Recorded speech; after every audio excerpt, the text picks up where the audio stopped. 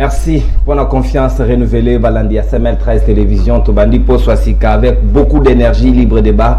Magazine Nabino Bolinga Kamingi, breaking news, autopé d'information. On a beaucoup c'est Natongo Alelo. C'est vrai, République démocratique du Congo et Zali Kokoma de plus en plus un avenir très sombre. Zali ba déclaration, il y a Omélie, il y a Cardinal Fridolin Ambongo.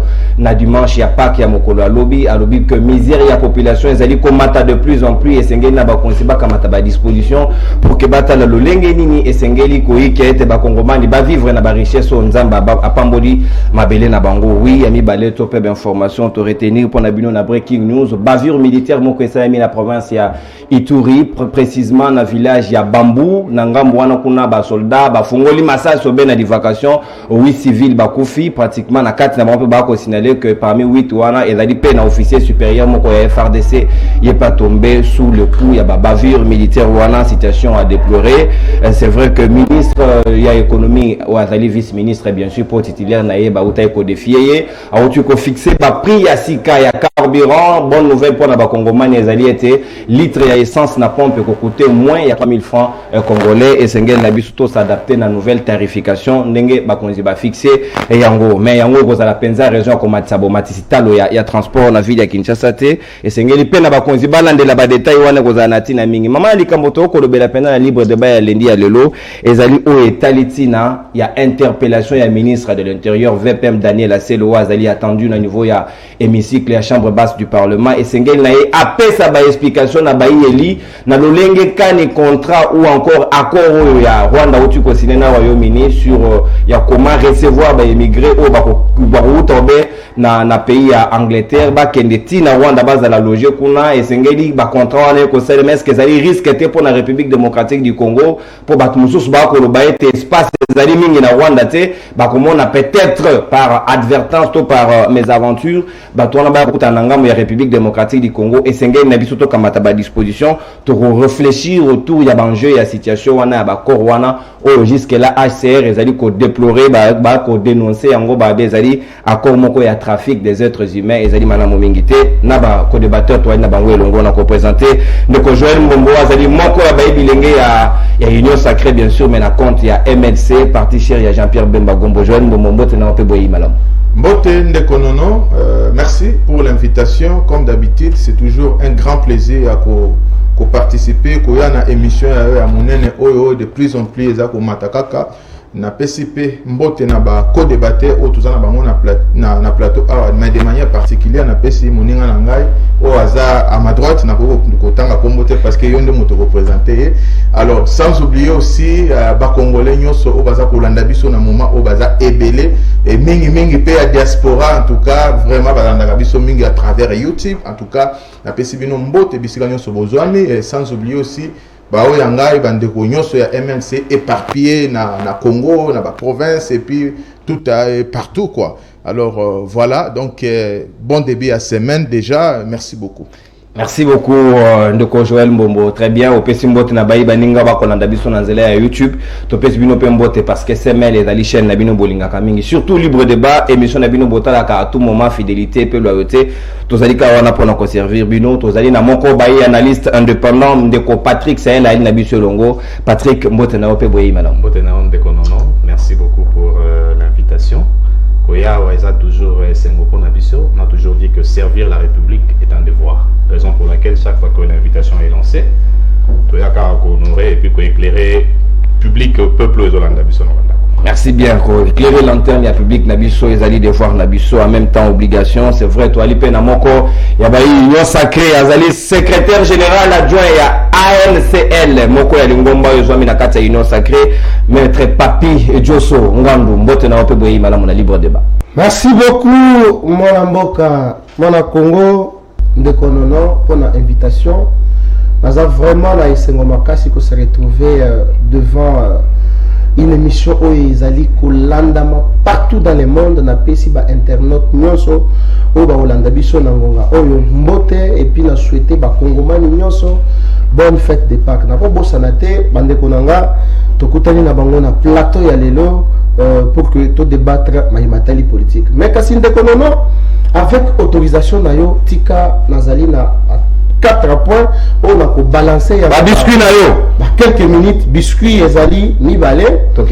Premier liboso ezali d'abord nazali ko remercier président national ya ANCL parti oyangai Gilles Bavo Mwamba oyo to clôturaki manifestation munene ya mois de la femme na Kisenso je crois samedi passé en tout cas na pesibana nyoso ya ANCL mbote bisike bazali mais tozali na mauvaise nouvelle parce que secrétaire général ya parti na biso Félix Tata nae bisike azali mes condoléances ndeko nono oyebi nazali coordonnateur ya ba communicateur ya changement pour la nation et donc na cadre wana na kati ya structure na biso to déclencher auto bengi semaine de sensibilisation ya ba action ya chef de l'état. Je pense que au cours ya émission to ko balayer yango inquiétude mususu oyo nazali nango ezali par rapport ya ministère ya affaires étrangères oyebi depuis un moment ekomi pasi pona kozwa passeport soki osengi bazo peso na $99 te mais bazo peso na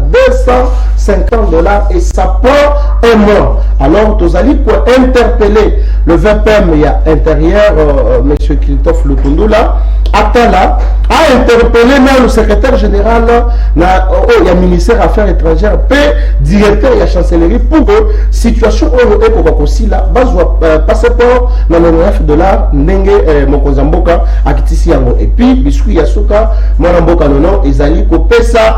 Merci makasi na mwana mboka Augustin Kabuya AK47 parce que aya ko comprendre que le véritable coordonnateur ya ba communicateur ezende Papi Diosso siko ba communicateur nyoso a suspendre bango esika zali mbote nae. Merci Papi Diosso moni biscuit na o na souffle ngape na ko banga ora bi mais Papi Diosso pesi AK47 ne komba Kabuya voilà Augustin Kabuya c'est OK na est que no bunde bitumba en tout cas ezakumbo oyo ba pesi je ne sais pas faire les commentaires. Merci bien, très bien.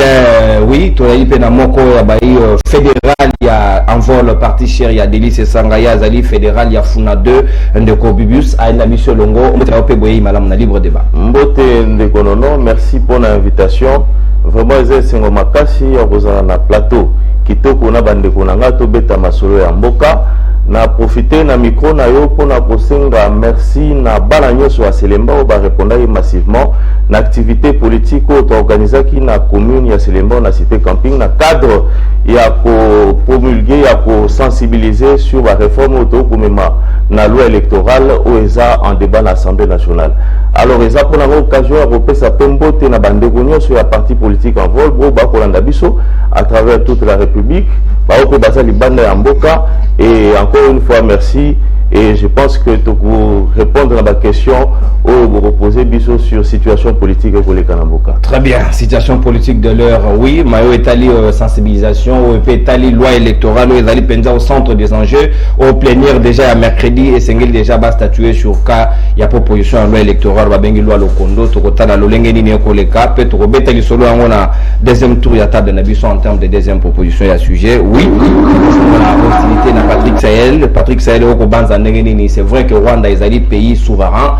Sengeli ba signé ba accord na bango avec Culvel donc bazali libre ya kosala makambo etali mboka na bango ba signé contrat na Royaume-Uni où ezali ko soulever des inquiétudes belé même au sein de la communauté internationale ba bi accord wana comme il y a trafic des êtres humains ba ebike explication ba tunso ba ko ba kongomani ababi Rwanda a un espace mingité a reloger ba tuana wa plus de 30 000 hommes bakoya ba lo muso koki koya sima est-ce que Sengeli na biso to se prémunir ndé yango ba convoquer ministre ya intérieur que nous ko s'expliquer. C'est normal que va convoquer le ministre intérieur parce que la frontière n'a plus et Simbami n'a pas connu.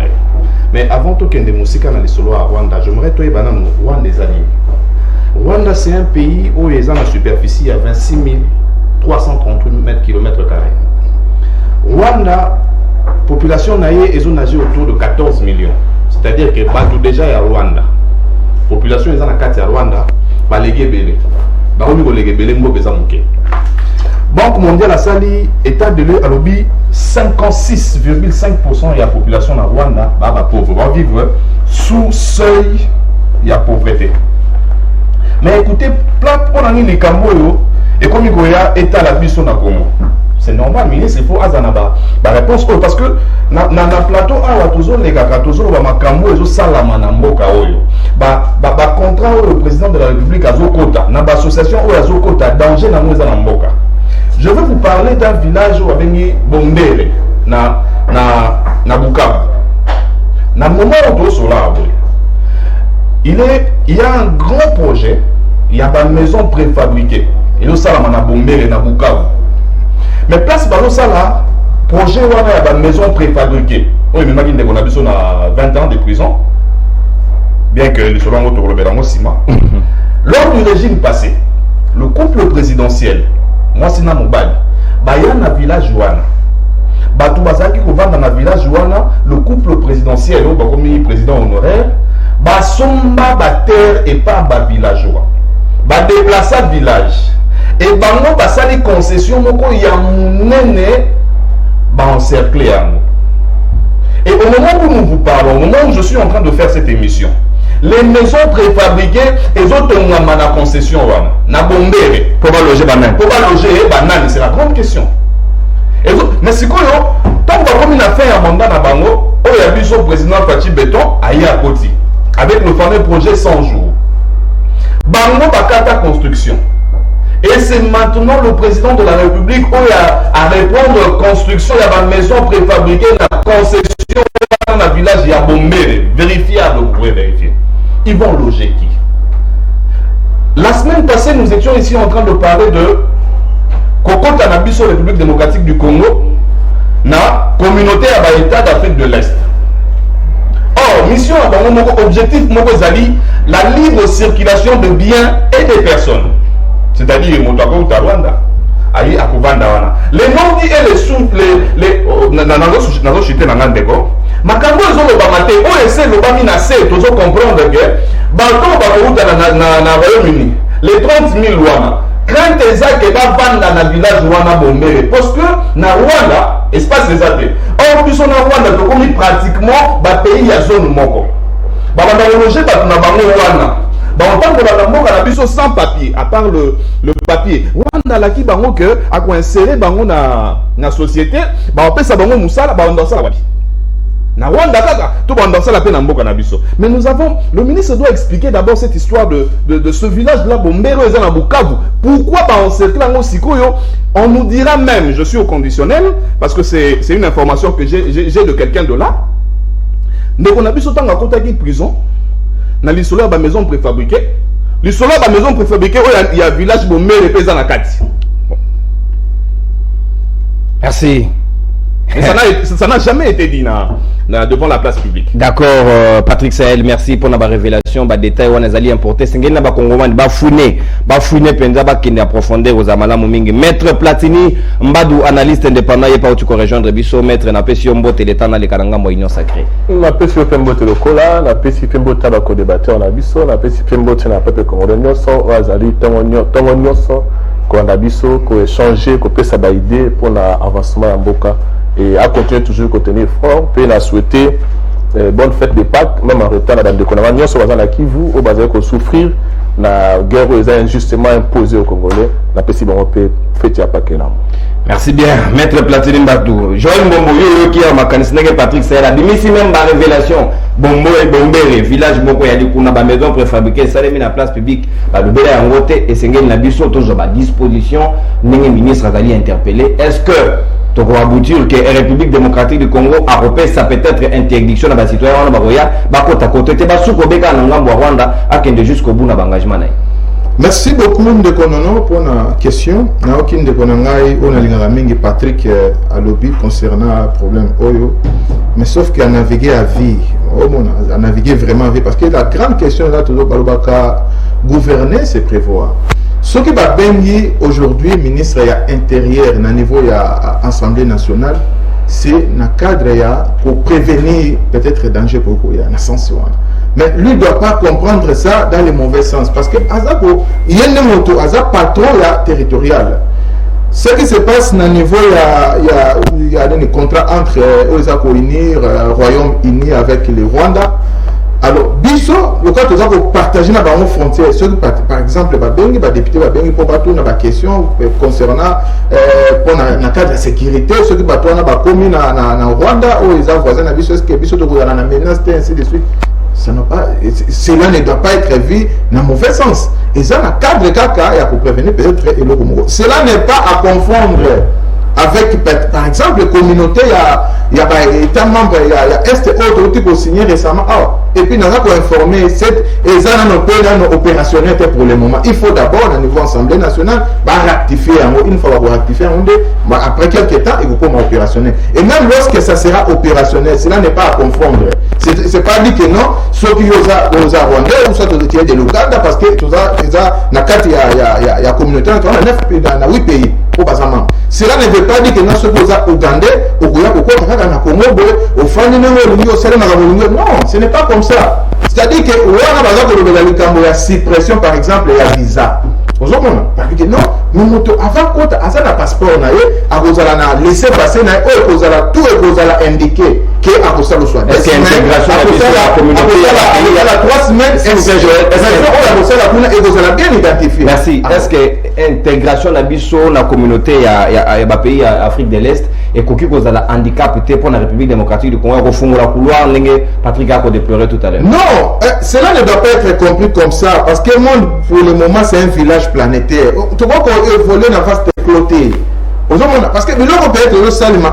D'ailleurs, dans la communauté d'Afrique de l'Est, là on voit que 8 pays. Alors, lorsqu'on veut parler maintenant des SLECAF, zone de libre-échange, parce que là on parle de l'Afrique entière, Mobimba. Que non, il faut qu'avec le temps, par rapport à l'évolution, il faut au gros Congolais, par exemple, Afrique du Sud, il faut aussi un visa. Non. Il faut peut-être laisser passer mon toqué à quelque chose que faire, mais tout ça, il faut la contrôler. Mais cela ne veut pas dire que non, ce qui te continue à accord, et que notre frontière, non. Ce n'est pas comme ça, c'est là, mais ils ont la compris sanctionnalité. Et puis pour la concernant accord déjà, ils ont violé Makambo et Belé. Moi je peux déjà vous dire que non, et que parce que les Nations Unies, à l'obéli déjà c'est Yango qui ça qu'on respecte. Donc ce n'est pas comme ça. Comment expliquer Moto Asseni par exemple, asile dans Londres, mais à se retrouver dans Rwanda? Ça ne se fait pas. Parce que celui qui a assigné asile dans Londres, pourquoi assigner dans Londres? Mais Moto a assigné asile dans Londres, mais il se retrouve dans Rwanda. Ça se fait où? Où est le droit de l'homme? Aujourd'hui, on a déjà le point là et aussi battre le droit de l'homme. Parce que les Nations Unies, la communauté internationale, il y a déjà encore Rwanda où ils ont déjà mal concis, déjà dès le départ, ils ont encore, ils ont respecté nos mototés. Très bien. Et aussi battre. Alors, donc, pour la cochiter, pour rassurer, Patrick, ou à l'obé, que dans le niveau de le ministre a juste question que on a ce qui se passe parce que sous-entendre qu'il y a une occasion maîtrisée territoriale, mais cela ne doit pas être confondu par rapport peut-être il y a encore autorité qui signé dans la communauté de l'Est, tout est sous contrôle, Makamono ce qui s'est passé dans la régularité et puis de manière transparente. Très bien, on a rappelé le principe, beaucoup de monde a un carton jaune, un carton rouge. Qui va bouger, qu'il a fait un commis jaune, j'aurais le débordé de 20 secondes. On a tout le monde jamais, on a bombiné en mode, tout c'est la pédagogie. Na kokamata de Kobibius, il y a dit mon quoi, il envole, ou réfléchir n'engeni na situation. Est-ce que la RDC a peur? Tu es allé à disposition de Sengen Nabisuto Kamata pour se prémunir dans la situation. Na sepeli na mon lobby wana ya peur. Pourquoi biso mboka monene lokola RDC où ils ont la superficie à 2 400 000 km². 345 km². Pourquoi tokobanga mboka moke lokola Rwanda? Et le bin de quoi le bin mboka wana ya moke superficie ya moke.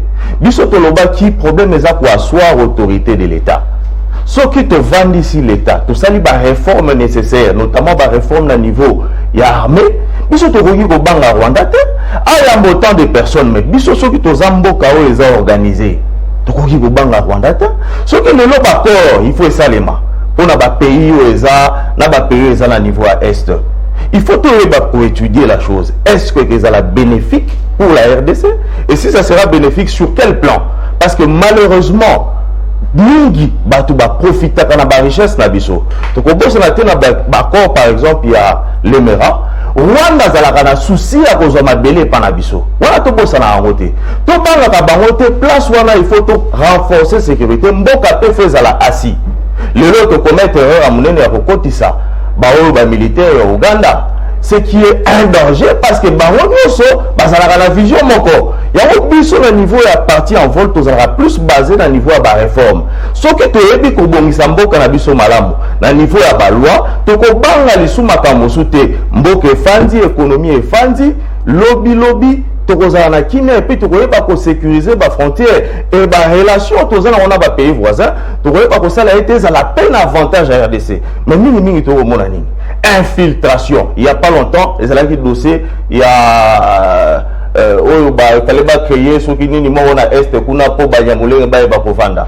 Il n'y a pas longtemps, Rwandais bazokele na bandundu. Il n'y a pas longtemps, Rwandais bakotiboy. Mais est-ce que déjà Toyoka Rwandais bako se plaindre que biso ba Congolais to côté pas na bango? Ce qu'on va conseiller biso ni to katsa pe na Rwanda. Mais faut que sa force na biso. To pense à la deuxième république, le Congo était un état fort. Alors, tous ont sa force, tous en na superficie, toi en haut, na population, tout que nous même en termes de la population, plus de 100 millions d'habitants. Rwanda, ce n'est même pas la population de Kinshasa. Pourquoi on peut comme nous, Rwanda, prenons des dispositions, menons des réformes conséquentes qui pourront faire que le Congo puisse se développer, puisse aller de l'avant et tout comme à force dans le niveau de l'Afrique centrale. Tout le monde sait que les gens à Moko à Loba, Congo, ils ont d'achète. Ya Afrique. Congo eza moko ya mboka ekoki komema développement na Afrique mobimba. Mais biso moko ba Congolais to yebaka te o tozali. To yebaka te o to ko représenter vis-à-vis ya ba pays africains na ba pays ya monde entier. Toza force et c'est na biso to yebaka ko réfléchir sur les grandes questions. Tala lelo to betali solo Rwanda mais to obosa na keto ke 2023. Réforme il y a loi électorale et ça important. Merci et ça question malamu na là vraiment tu es barokota la profondeur sur ces sujets. Très bien, ko bangelo côté to ko lobelango maître Papi Diosso yoko banza ndenge nini parce que République démocratique du Congo sengena bino bobo sanate azali vocation ya puissance na Afrique centrale. Mais on dirait que biso to koma colosse au pied d'argile moto ko sibira na capacité ko bangisa moninga te. Rwanda ako sala makambo alingi RDC ba disposition ni na ko kamata. Merci Ndekolono.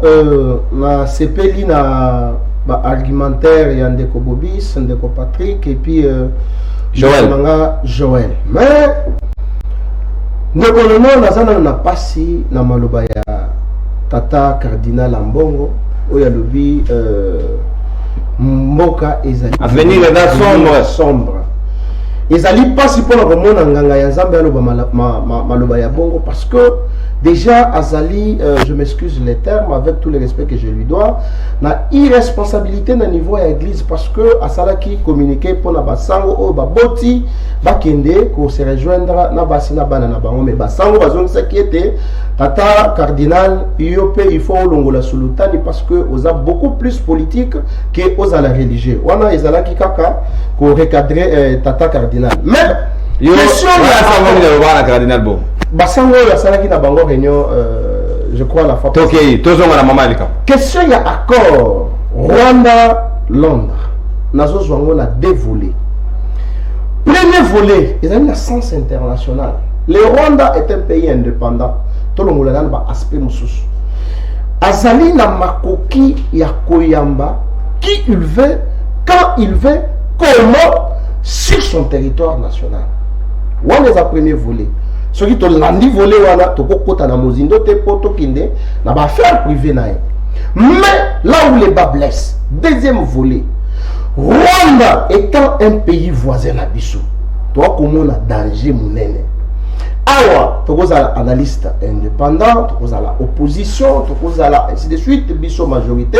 Mais cette question ne concerne ni la majorité et cette question est allée concerner et l'opposition et la majorité. Bissou soto vanda pour que tu combattre et le Rwanda. Et le Rwanda les anime. Accord ONU. Déjà, on a qui comment on appelle ça? ONU, aboyi yango. Alobi ezali accord moko o ezali ko violer la disposition ya convention ya Genève. Micro-baladeur étamboli dans Londres. Toute la population était mécontente. Alobi que dans Londres, la Grande-Bretagne, tozali na bamakam ebele ya kosala. Mais le gouvernement se donne le luxe. Il a coupé ça 144 millions de dollars par an pour que Rwanda a bomba batouana sur son territoire, ça va ainsi de suite. Qu'est-ce qui est choquant de Konono dans l'accord Oyo? Dans l'année, je crois, ambassadeur rwandais a tellement à lobby que mais bas pays voisin. C'est-à-dire, Congo, tous les voisins plus proche, Rwanda, Ouganda, Burundi, Tanzanie, qu'est-ce qui est caché derrière la disposition? Parce que selon l'accord, tous les immigrants au Senga demande d'asile dans la Grande-Bretagne. Tout. Sans exception, mais il y a discrimination. Orienté par la Rwanda. Mais si on voit à son tour, Congolais, Ougandais, Burundais, c'est qu'il y a quelque chose caché. Et je suis étonné. Il y a comment que l'État congolais a silencieux à ce sujet. Pourquoi le ministre des Affaires étrangères a dit Kalikinia? Pourquoi il ne s'est pas prononcé sur cette affaire? Et d'ailleurs, c'est bien lui qui devait être interpellé d'abord au Parlement. Mon cannabis est en danger. Mais qu'est-ce que moi je recommande à l'État congolais?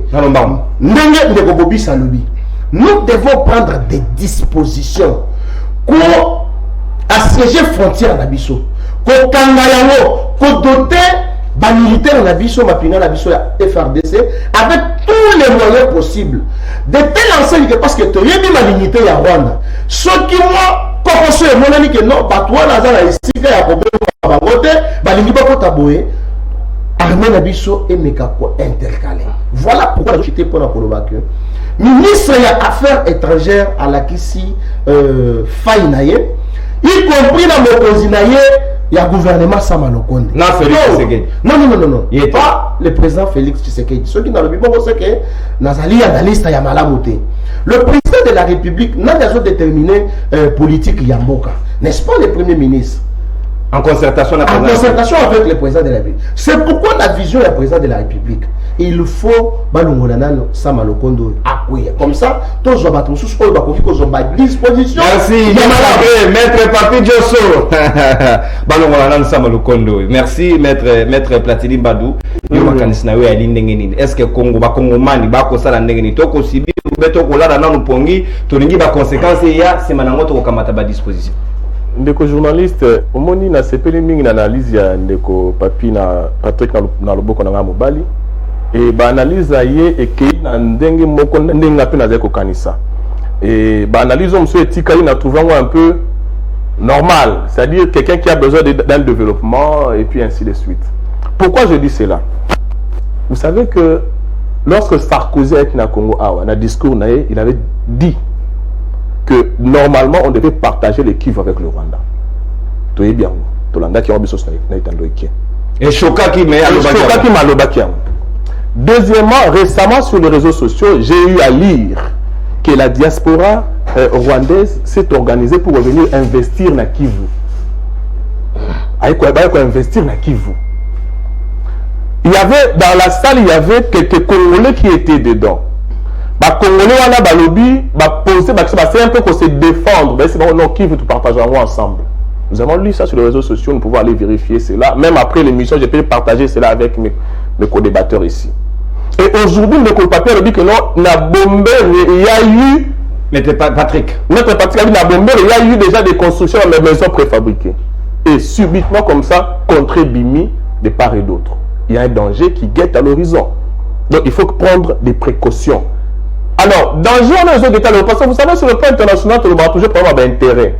Ce qui est intérêt à Rwanda, c'est Awa, Bakoyati, Awa, Kozwa, intérêt à Bango. Et ça, on a dit Soto, et c'est un peu pour être efficace. Tous on a pris la force pour se défendre. Le problème est que non, au niveau du développement, non, c'est leur pays, ils ont le droit de faire tout ce qu'ils veulent. Oui, c'est aussi notre pays de se défendre, de s'organiser pour faire face à l'ennemi. Parce que ça date pas d'aujourd'hui. Ça date de plusieurs années que nous subissons entre guillemets les attaques de l'autre côté. Récemment, nous avons subi attaque il y a pays Rwanda. Récemment, j'aurais appris que notre président était entre guillemets. Bon, ça prouve la suffisance de preuve que eloko wana et ça la bien te. Alors solution que non, il faut te renforcer diplomatie, il faut te renforcer renseignement, il faut te renforcer armée. Parce que c'est important, parce que ton sali bongoté frontière la biso et cause à la poreuse, tout le monde peut entrer comme ils veulent. Bah ben ça, c'est pas ben ça batou na niveau grande attention trouver que pays na bongoza munene makasi, c'est besoin d'espace et belé, bah bomba batou. OK. Mais bah là la maison préfabriquée wana, bah la la frontière na biso. Et c'est très important pour nous. Par rapport à ma signature n'a pas toujours signé un contrat et belé, mais à un moment donné il faut s'asseoir, regarder après ce que vous avez déjà signé, c'est quoi les retombées sur le plan national. Sur le tombé, c'est ça un peu de signer par-ci par-là. Parce que nous signons toujours avec les mêmes personnes et ces personnes-là ont respecté la clause à contrater. Mais pourquoi nous continuons toujours à signer? Alors moi je propose ceci à l'interne. Organisons-nous à l'interne. C'est soit un peu cette histoire d'opposition, majorité. Ils ont distraire Bissot. Patriotisme. Voilà. Et puis ce que je peux dire aux gens qui cherchent. Moi, dans le Bitumba, il y a Palestine, na Israël, ils ont continué de tirer l'eau. Et continuera tirer l'eau. Ça démontre que ceux qui l'eau, balungi bazwa kivu na makasi.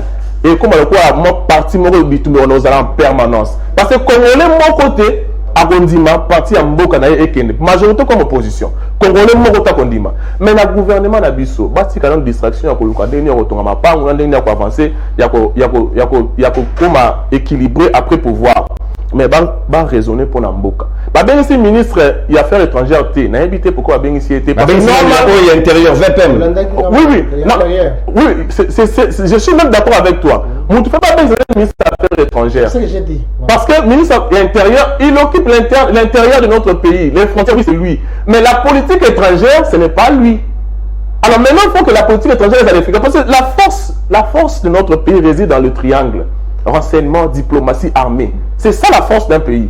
Mais ce que tu as respecté, on ne sait pas comment on va se développer. Donc, vraiment, à niveau interne, on met un peu qu'on s'organise et tu reçois la face, la bloc, on est sur toi. Mais ils peuvent toujours inviter les gens s'ils veulent.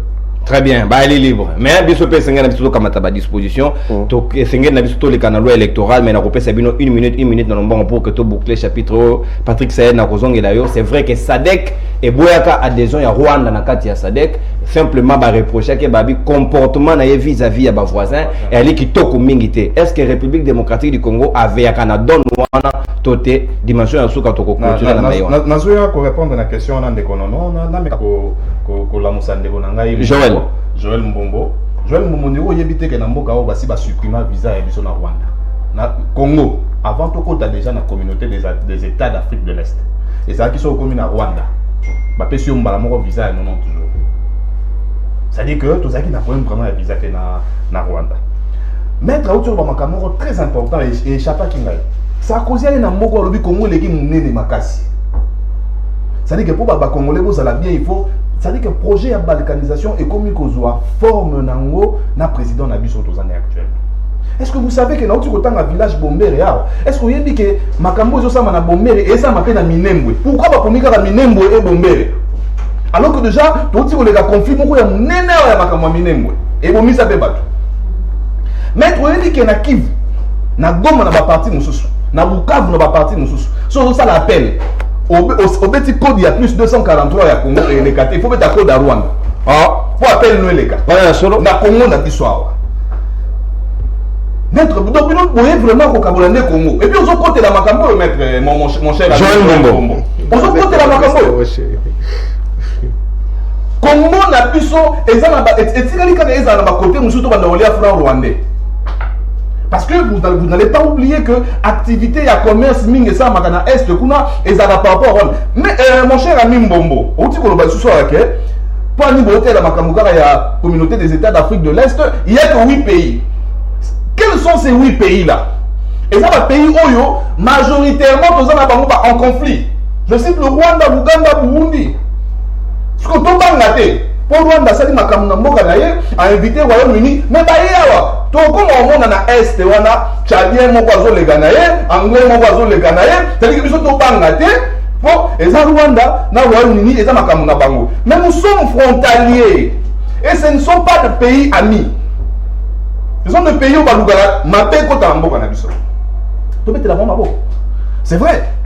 il faut aussi que le ministre aux Affaires étrangères soit interpellé. Mais moi, je pense que mieux serait qu'on entende de la bouche elle-même du président de la République. Parce que c'est lui qui allait signer les accords là-bas. À côté de Sibissona, communauté de Yaba, État Afrique de l'Est. Papa, on l'a dit tout, nous coûte bandité d'autres bangaté pour l'Assemblée nationale, nous ratifier. Papa, et moi, je suis salami. Il faut tout le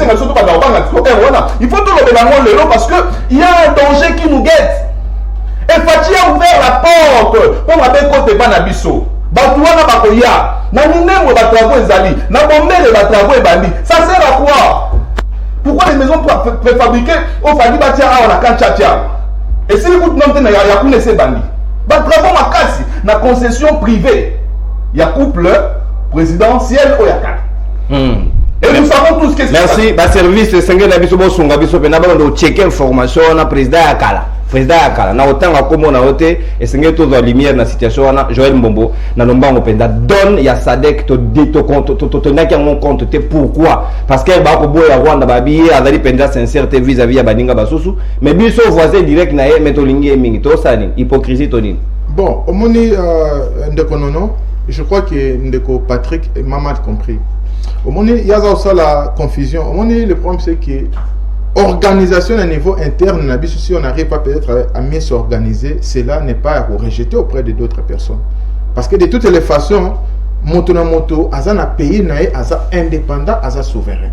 Yo peut-être que ça, ba Rwandais, bazana drone na bango ko moto. Oh ya linga ko ya na mboka na bango. Mais c'est à nous maintenant de nous renforcer de niveau interne pour faire respecter les frontières, pour partager les pays. On est très bien sécurisé pour attaquer la manœuvre, pour pénétrer dans le pays. Mais cela n'est pas pour charger les gens. Non. Moi, je ne suis pas là pour peut-être applaudir au bazar. Non, ce n'est pas ça, tu m'as mal compris. Ceux qui sont ministres, c'est juste pour avoir plus d'informations concernant le dossier. Mais nous avons déjà que des points de vue légal, nous respecter même les principes. Il y a droit de l'homme. Il y a droit de l'homme. Même les Anglais,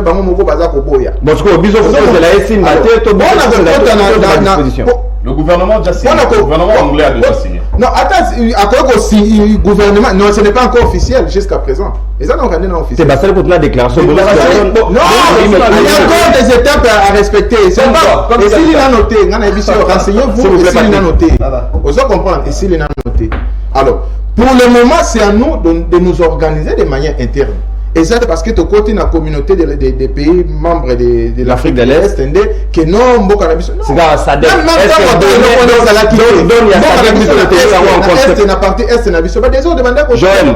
nous de nous organiser, mais ce n'est pas tout ça. Identifier déjà ennemi. Est-ce que Don ya Sadek n'enga boya qui intégration à Rwanda biso to veya ki na ngote? Bon, dans la SADC, à Boyaki, c'est vrai, tu as dit que non, c'est un pays qui est en conflit, mais déjà, il faut aller à un niveau, ceux qui m'ont connu en Boka, ici, le pourquoi. Parce que je vous informe déjà que le dossier concernant la communauté, et demande seulement depuis 2019. C'est-à-dire que je m'attends à pouvoir parce qu'il avait vu que non, peut-être on a plus à gagner qu'à cause de la Libanda. Plus à gagner qu'à perdre. Merci Joël Mbombo. Est-ce que tu naïvement, Sadek a que la biso mawa pour ta biso moto mieux que la mawate? Pourquoi? Vraiment, dans ce pays, na intervention à Bande Konanga, mais on a remarqué que biso nyo sotozo zonga na point moko. Soki tobimi libanda, soki tobimi libanda, tozo ngaka na organisation au niveau interne. C'est ça qui compte. La faiblesse de notre pays, c'est à ce niveau-là. Lelo oyo, biso RDC, toza mboka toko kotsa mbongo ebele. Na otali tourisme toko ko boya ba payate toko ko banga loposote mundela ko kiko yawa Rwanda ko kiko ya awa na kaza tourisme Uganda ko kiko ya awa mais les années que biso mo na to miye banité le congolais qui n'est pas recensement na maîtrise le problème c'est au niveau interne mboka eza bien organisé té yango na zoko loba ke ba na pouvoir toza la hypocrite makambo ko tambola bien té sur beaucoup de plans.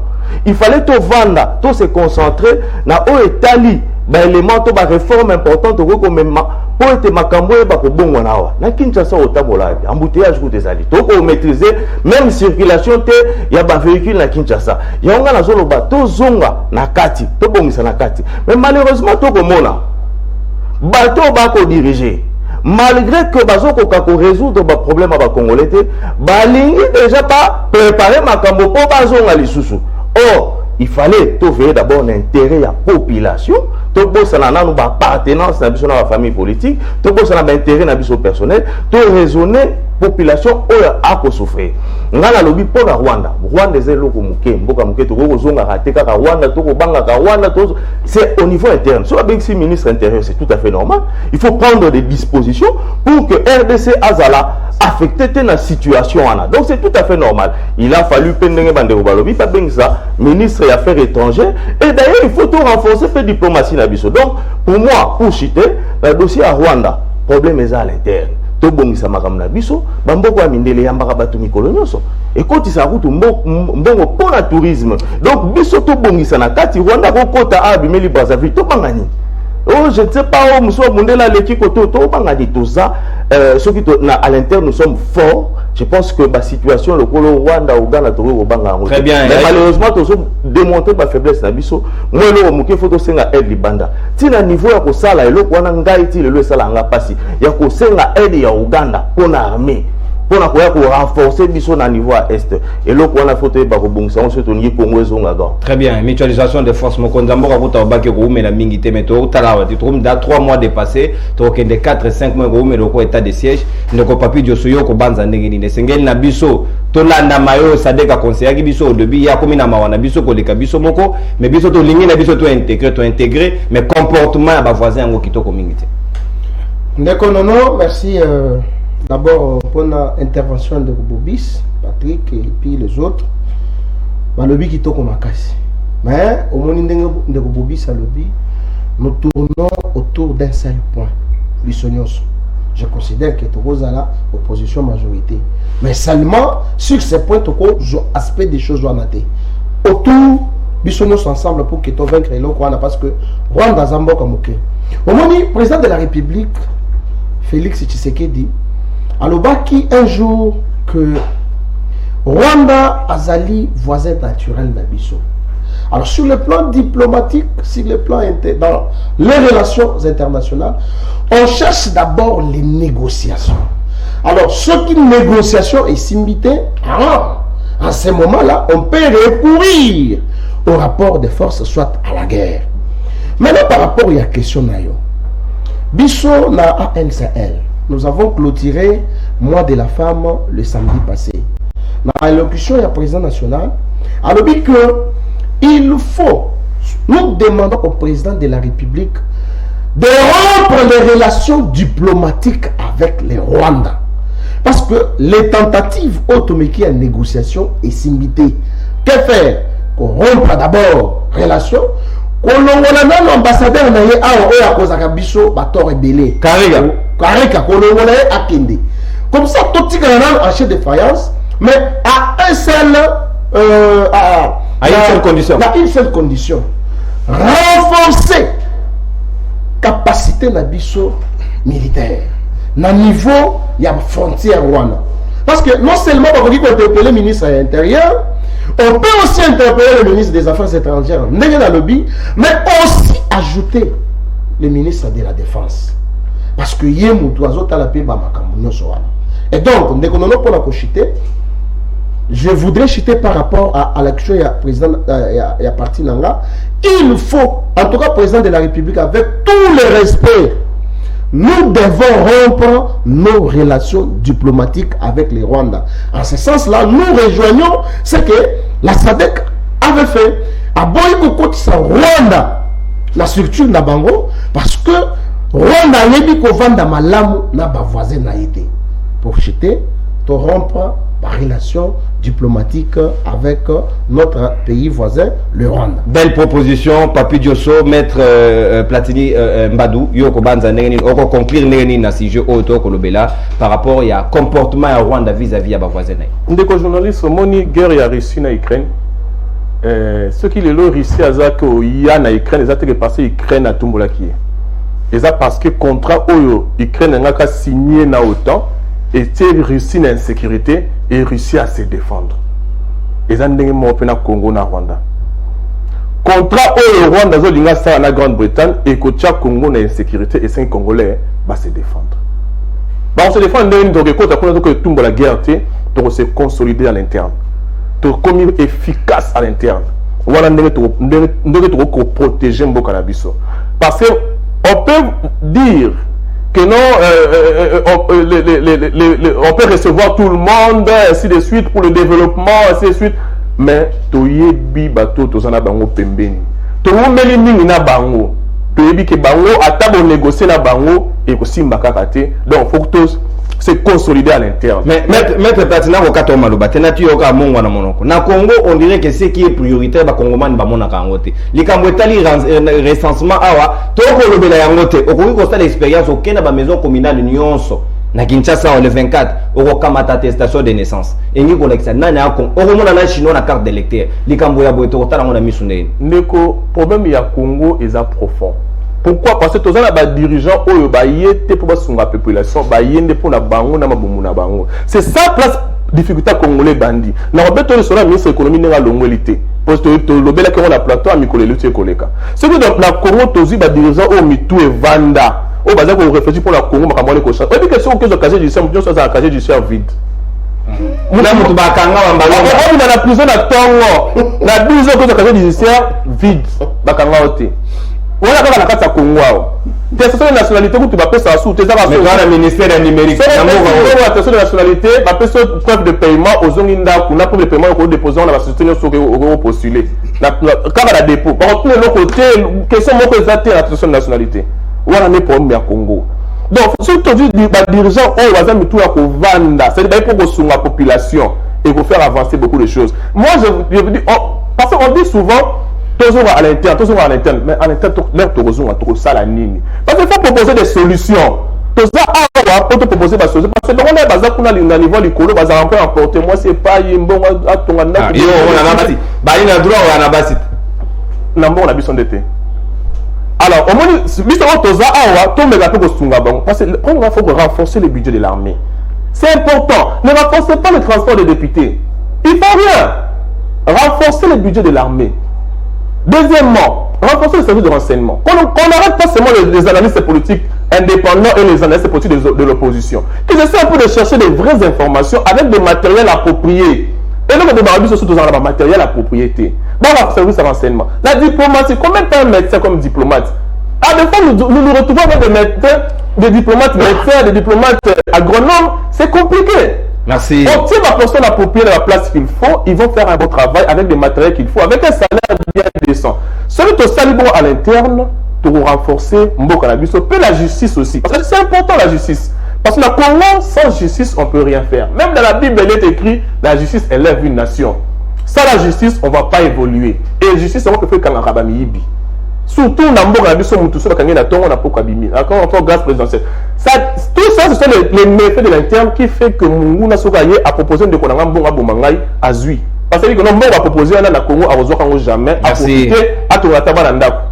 Très bien. Maître Platini, Mbaduna Makanisina Oto bouclé pratiquement chapitre de Tali Marambo ya contrat à Rwanda. C'est un biso en interne. Moi, Bakonzi à Congo et aux Alamala Mumingi Penza, ministre des Affaires étrangères, rappelle sa biso d'explication pour Natina Nango. N'engage mettre pour même mettre papier pour si Makanisina Mosika, ta ministre de la Défense et c'est un lié Mouwa et sa biso peut à disposition d'une bazui. Na côté armé pour nous retard le lengeni ne sengeli ko veiller na situation anato ko landelango zagé à chaque fois to kozongelango pour nous repasser bino ba détail. Loi électorale batunyo suba ko belango mercredi et sengeli penza basta la toilettage autour à Mobeko wana pour que ma pona miya malamu esalema. Est-ce que sengeli consensus to sengeli réforme nan en priorité to ko sa lo lengeni ni na moni réalisation et dans la moi retard moké pour nous proposer biso élément oyo parti envoie le kende ko sensibiliser sur terrain na côté ya Selembao na robandobe pa na yonde kopibus yum to agi na terrain. Pourquoi vous allez insister pour la innovation 18 au total pratiquement pour la loi électorale. Merci pour la motuna oyo. Et ça question moins importante de quoi ça na pembeni nanga lobby. C'est un toko le bateau bon sera niveau à Katini une toko proposé. Il y a un moni biso en vol tous à parti réformateur to y na ba proposition.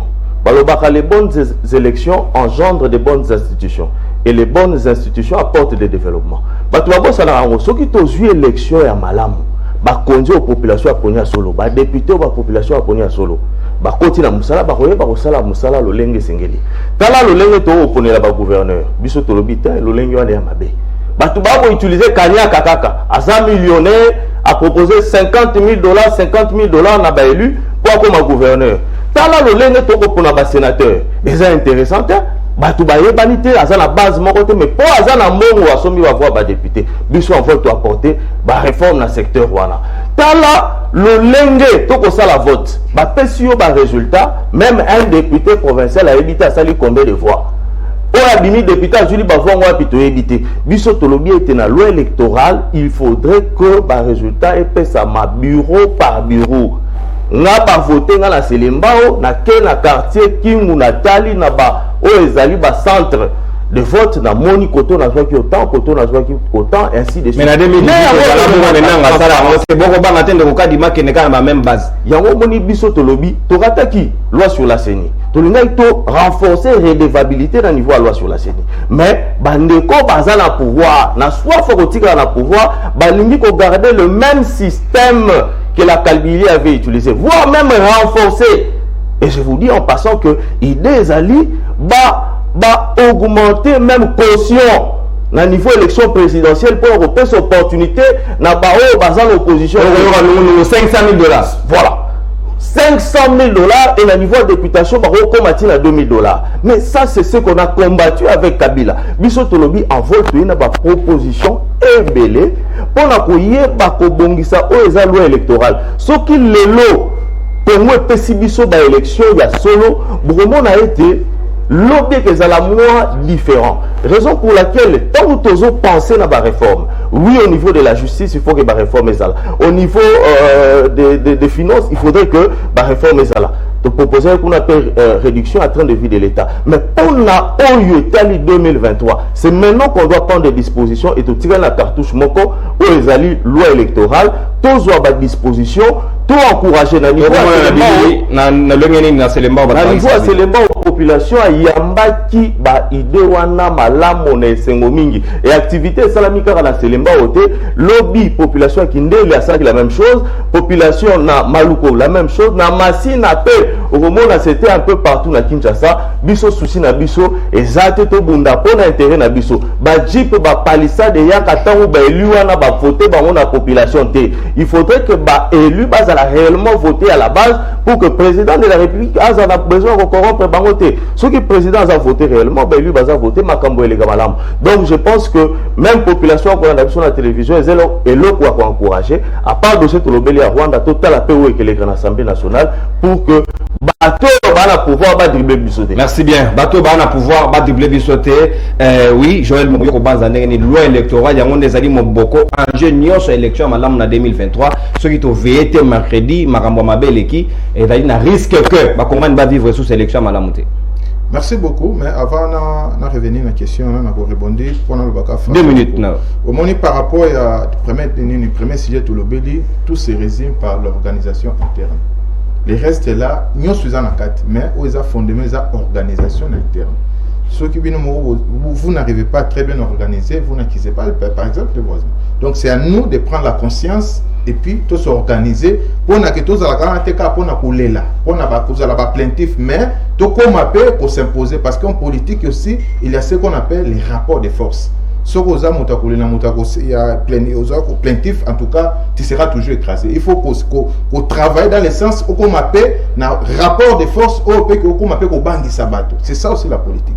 Alors, pour la revenir concernant la loi électorale, c'est une chose très importante. On a se basé plus na sagesse ya mokonzi na biso mon amboka Jean-Pierre Bemba Lobara déjà concernant les locaux parce que on s'est rappelé avant tango ba installer qui bureau ya CENI mon ba contestation là qui belé de part et d'autre mais il y a le baki loko mo qui très sage jusqu'à présent on a peine à s'approcher na ngol baki o eza plus important pour na biso eza ko renforcer loi électorale parce que kozala na moto soit na CENI ou soit na bureau cela ne rassure pas que on gagne ba élection parce que si c'était le cas nous venons de connaître ça, les régimes passés. Candidat n'a perdu qui? Parce que n'a tout, on va la manœuvre, mais pourquoi perdre qui? C'est-à-dire que peut-être dans la moto, penser, cela ne vous garantit pas.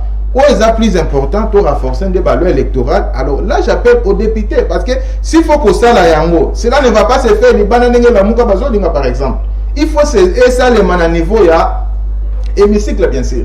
Il faut ça le niveau ya parlement. Batala, là je salue, moi je sais que initiative en vol, ça a toujours ma casse côté on a. Avec ça la initiative vraiment chapeau pour na bango. Alors tout renforcer loi électorale ça sert à rien à sécher le la FCC là pour ça parce que politique il y a chaise vide ne paye pas parce que loi au bazar n'a pas réformer ne pas renforcer ba on ne pas to batika ki ozomona il faut biso to za na kati batala ndenge nini ba koluka ba bongisa makambo s'il faut kolongola sei ba longola yango s'il faut kolongola loko. Comment expliquer dans un monde OK, bon ça dans une famille où tu as 5 députés dans 4. Donc yoza papa, yoza candidat au premier suppléant mon le bosso, deuxième suppléant. On a député moi c'est le moi dans une famille où 4 députés qui ne font absolument rien. Alors à quoi ça sert? Au moins les habités, bah sénateur non parlons pas le gouverneur. Il y a des gens qui viennent na pouvoir au bazar aucune compétence pour te voter par rapport à la compétence par exemple à gouverner. Moi tu as une compétence donc moi va traiter mon côté mais abîmer gouverneur parce qu'il a l'argent. Mais tant qu'on a pouvoir au lieu qu'il a travaillé j'en ai go retirer bon on est à perdre qui. Très bien. Merci. Tout le monde a gouverneur tout le monde a maweja. En tout cas, on a faut pas l'ande lango pour na que toujours une loi électorale au cause la malamu pour permettre que makamoyo ce qui est mal. Merci Joël Momona makanisi na yo Patrick Saed na ebito ko banza ndenge nini lelo la Congo comment ngai na ali député moi si na ngai première suppléante moi na ngai ainsi de suite batu mosusu badima 5 ba député ya libota moko na ebita avantage ya Congo ezani na. Et on se rend même compte que batongo badima 5 ya libota moko mais sous ba présentant ba faux document. C'est-à-dire que donc moi na demi moi si à moi na demi yo moko bimi moi na beaucoup diplôme moko boy ezalaka ba kotisi na assemblée balandeli même pas na EPSP pour ba soki vraiment eza diplôme ya solo a comité suppléant a comité député misusu mako na ba député nazo bana no loko moko amuke na ki langage moko congolais na wiki moko na plateau awa elobaka Rwanda un petit pays. OK? Mais na concert de nation Rwanda za liboso na biso lobby Rwanda la makasi Kebiso. C'est-à-dire que dans Nenga Libanda, Rwanda Zamboka Mukete. Ça c'est normal que Makambo Rwanda Zolinga Sala, Bisoto se poser ma question. Qu'est-ce qu'il veut? Donc, Pilipili a mon coup, c'est même au soir. Namoka Otoza population, Moro Toza na carte d'électeur, carte d'identité. C'est vrai, Ndegonanga envoie les photos banga. C'est-à-dire que Toko comme ça, Congo Balamoko, pays touristique T. Pour n'importe qui peut entrer, surtout dans la zone de est, on a pas côté à vendre, à qui touriste, à côté à vendre, pas comment c'est la richesse. Pour toi, il y a des aérosols nini. Biso mo ndé toza boye, pour toi le bateau va congolais ka linga là ouais. Mais je vous apprends que ba yeko lipe linga là. C'est que nous avons carte rebelle mo route na ya L23 au piolo la linga au kansa motauti une carte d'identité. Ndé tu ba linga na congolais, au wana za Rwanda et puis aérosols nini, identification. Toza na moté.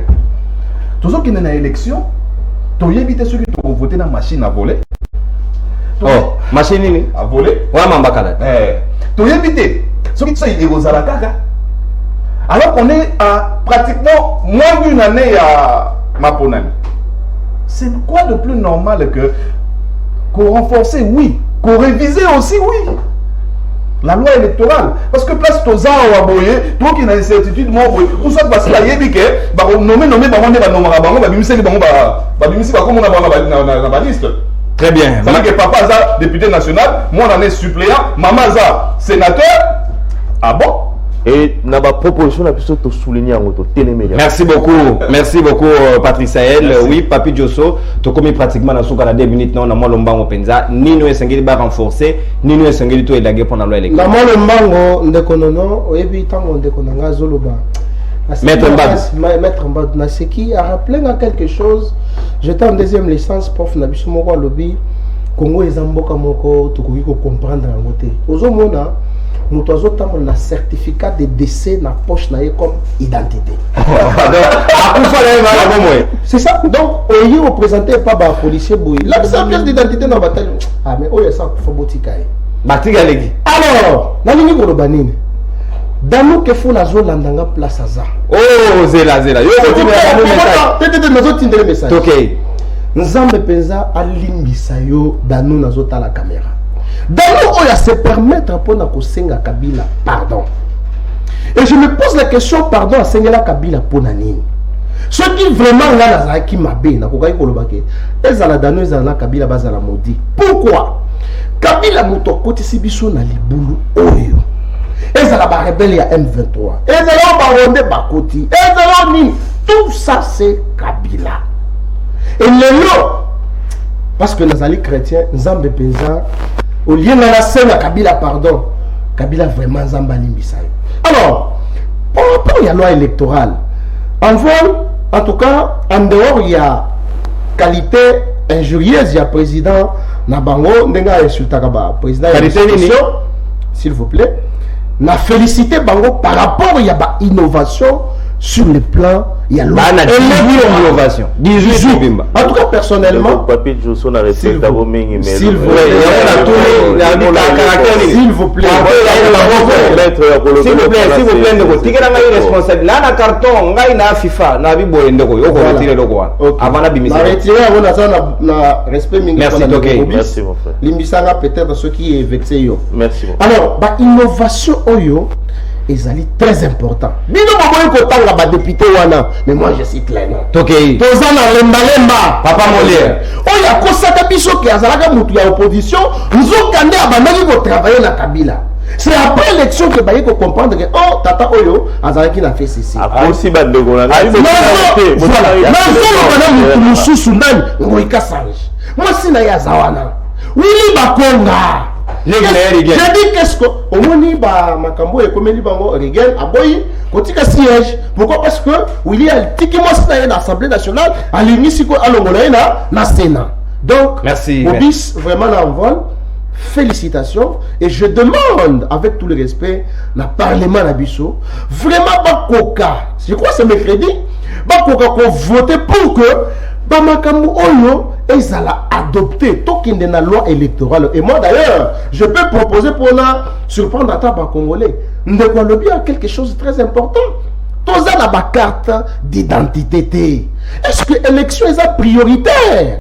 Pourquoi ne pas aussi commencer par le recensement pour que tu aies non parce que tu aies merci la glissement très bien merci et to comme na suka to déborder mettre mbado ko la kisaka mo sapiboye maloba ngamo wayo oko chité wala ko banga le côté élection na Ndeko, merci quand même pour la chute nayo, mais to yambio nabo kimania surtout élection kozala, donc on s'identifie comme moment opportun. On a profité pour napper ça dans la mouka que le pays est bien, consensus est normal, mais pour le moment élection d'abord.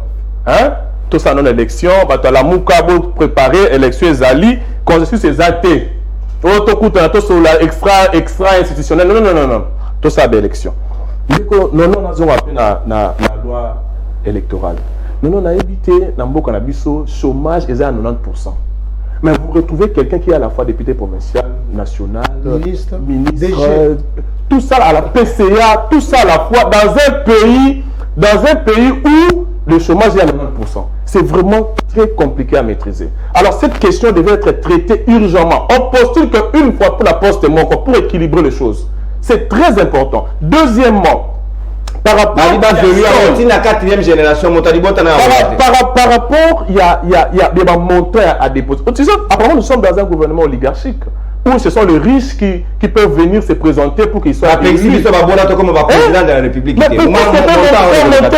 Ce qui va vraiment permettre à ce que le CENI ait travaillé bien. D'abord, au niveau, il faut réduire les dépenses et les institutions. Les députés gagnent beaucoup d'argent parce qu'ils aiment bien dire que non, la poto, les députés gagnent combien et bon, la poto fonctionnaire gagne combien. Il se sert un peu de réduire parce que tout le monde aujourd'hui, il y a aussi palissade, non, palissade, par exemple, nous sommes journalistes, on va compter les députés, le lot. On va palissade, c'est une politique. Donc, il n'est pas toujours un pas. Donc, politique comme quoi moyen pour avoir le matériel. Celui qui va réduire quelques avantages, surtout la candidature dans la 2023. Il faut réduire les avantages des institutions, c'est très important. Ça va nous permettre d'éviter l'oligarchie dans notre pays. Et puis pour finir, les élections ont organisé. Le fichier là, on essaie un peu de voir comment transformer ça en carte d'identité. C'est-à-dire, le fichier WANA, identifier, on va partir à fichier WANA. Je ne sais pas si je me fais comprendre par rapport à ça. Donc, déjà, il y a déjà une grande partie de la population qui iront voter. lorsque nous votons, ils ont nos noms et nos identités. À partir de ça, ils ajoutent maintenant ceux qui vont venir après pour construire. Très bien. Bébé pour les sentiments et tali bâtonnions. Mais oui, c'est maintenant on va au là. Et puis ça fera. Par exemple, on note tous à 5 ans pour l'identification. Merci beaucoup, Maître Platini Mbadou. Merci. Une solution. Pratiquement la souka. Carton jaune, carton rouge, néanmoins identité à libre débat. Vous avez qui belé à Rolanda émission Nabino. Merci l'équipe technique et tenir biso compagnie, surtout Nabino pe bako débatteur. Vous étiez à la hauteur. Vous allez penser émission malam on a bandi Congoman union sona ba konzina biso ba kamati o ezali par na bango. Tokuta na susu lobby, mais surtout équipe technique na lobaki na pesa bango na nous merci. Joël Mouka FMI Maboko Bank, Andrian Zola Messo, les réalisateurs de son temps, le plus beau de sa génération, Merveille Vangu, John Katambwe, Autugo Kende déjà Zonginda Aladaki Nabutu, Topesi Ombote, Pesa Pe Madame Bote, Tokotani Lobby pour un nouveau numéro à Libre Débat. Bye bye.